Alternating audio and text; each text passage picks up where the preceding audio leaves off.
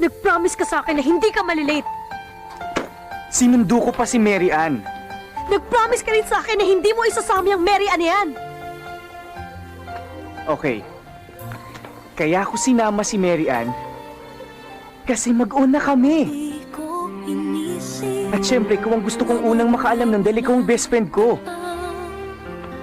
Akala ko'y panghabang buhay na kapiling ka. Lahat na yata binikay para Get out of my way.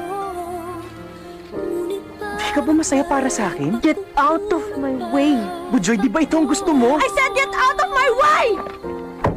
Ano bang nangyayari sa'yo? Wala kang pakialam! Hindi na kita maintindihan Kailan mo eh. ba ako inintindi?